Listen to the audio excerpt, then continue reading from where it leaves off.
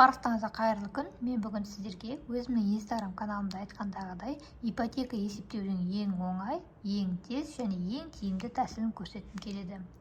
Ол үшін ең бірінші сіздерде халық приложениесі болуы керек. Жоқ болса өздеріңізге скачать етіп алыңыздар. Менде бар, дайын тұр. Енді соны ашасыздар. Енді мына жерде кредит дегенді басасыздар.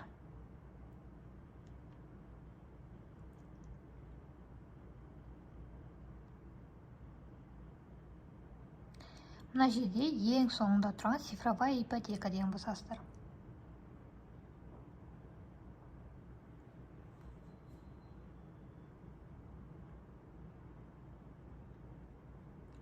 Мінекей, егер сіз сатып алушы болсаңыз, я покупатель деген басасыздар, сатушы болсаңыз, продавец дегенді басасыздар.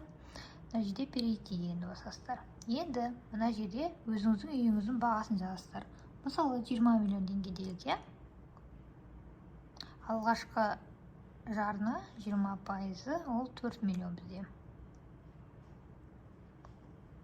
Мінекей, срок неше ай, мысалы стандарт 180 ай, 15 алға есептесек.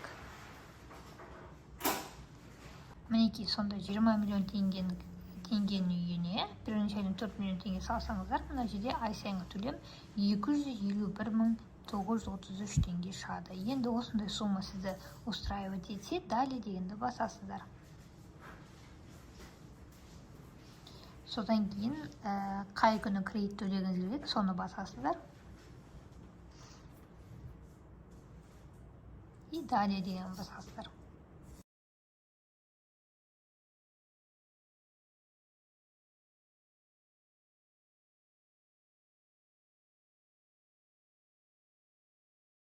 Мінекей, дәл осындай өте оңай тәсілмен ешқайда бармай-ақ, банкке бармай-ақ, ешкімге звондамай-ақ осылай онлайн заявка жібере аласыздар.